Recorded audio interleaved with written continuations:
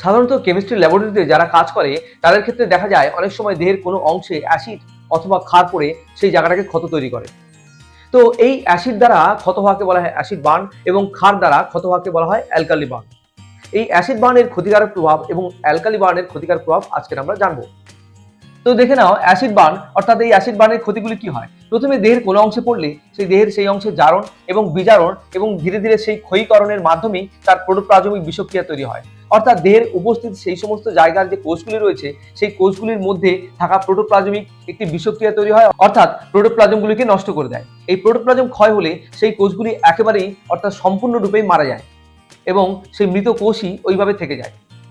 এরপর আসছি alkali burn. এই অ্যালকালি বার্নের ফলে আমাদের দেহত্বকে কি সমস্যা হয় আমরা একটু জেনে নিই। তো অ্যালকালি বার্নের ফলে অর্থাৎ দেহের যে অংশে অ্যালকালি লেগেছে অর্থাৎ ক্ষার পড়েছে সেই অংশে একটি সাবানীভবন প্রক্রিয়া তৈরি হয়ে যায়।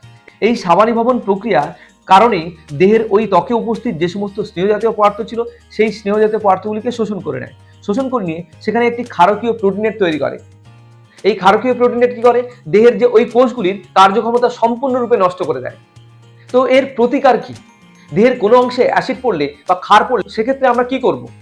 দেহের কোনো অংশে যদি অ্যাসিড পড়ে, অ্যাসিডকে প্রশমিত করে কি? ক্ষার। অর্থাৎ ক্ষার জাতীয় পদার্থ আমাদের দৈনন্দিন জীবনে ব্যবহার করা হয় এমন একটি ক্ষার জাতীয় পদার্থ হলো সোডিয়াম বাইকার্বনেট অর্থাৎ খাবার সোডা। সামান্য একটু খাবার সোডা জল করে সেটিকে ওই ক্ষত স্থানে দিতে হবে ধীরে ধীরে। সোডিয়াম বাইকার্বনেটের দ্রবণটি ওর ক্ষতর উপরে দিতে থাকলে কিছুটা আরাম পাবে এবং কিছুটা তার অ্যাসিডিক ভাবটা প্রশমিত হবে।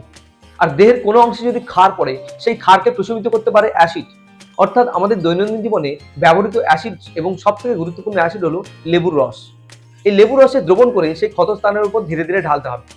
তাতে দেখা যাবে কিছুটা আরাম পাবে এবং সেই ক্ষারীয় ভাবকে কিছুটা প্রশমিত করবে।